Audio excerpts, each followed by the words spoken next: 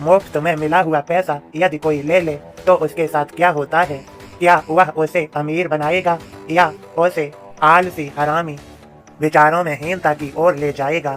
ये कहानी है उस दौलत की जो दिखती तो सोने जैसी है लेकिन असल में जहर होती है। एक रास्ते पर धूल में लिपटी हुई असरफियों की एक थैली पड़ी थी।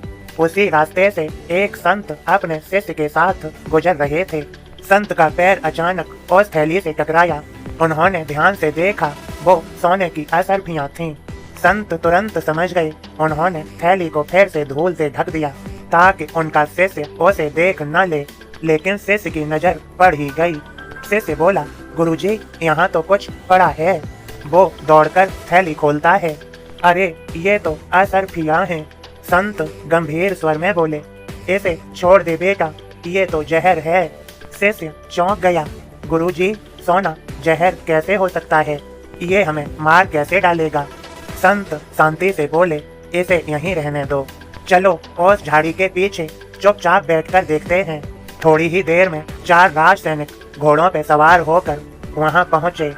एक सैनिक की नजर उस थैली पर पड़ी। अरे, इसमें तो सैकड़ों असरफियां हैं।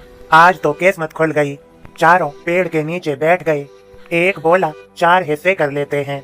दूसरा बोला, पहले 4 असरफी निकालते हैं, बाजार से अच्छा खाना लाते हैं, फिर बांट लेंगे। 2 सैनिक बाजार चले गए। रास्ते में दोनों ने सोचा, 4 हिस्से क्यों?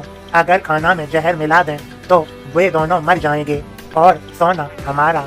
उधर पेड़ के नीचे बैठे भी 2 सैनिक सोच रहे थे, ये लोग लौटते ही मार दिए जाएं, फिर सिर्फ 2 हिस्से होंगे। जो 2 सैनिक खाना लेकर लौटे उन्हें वहीं गोली मार दी गई। अब बचे 2 सैनिक बोले, चलो अब आराम से खाना खाते हैं। उन्होंने वही खाना खाया जिसमें जहर मिला था। कुछ ही पलों में दोनों तड़प कर मर गए। संत ने अपने शिष्य की ओर देखा और शांत स्वर में कहा, देखा बेटा, मार डाला ना। अधर्म का धन बुद्धि को दूषित कर देता है। जो धन पाप से आता है वो सुख नहीं, सिर्फ विनाश लाता है।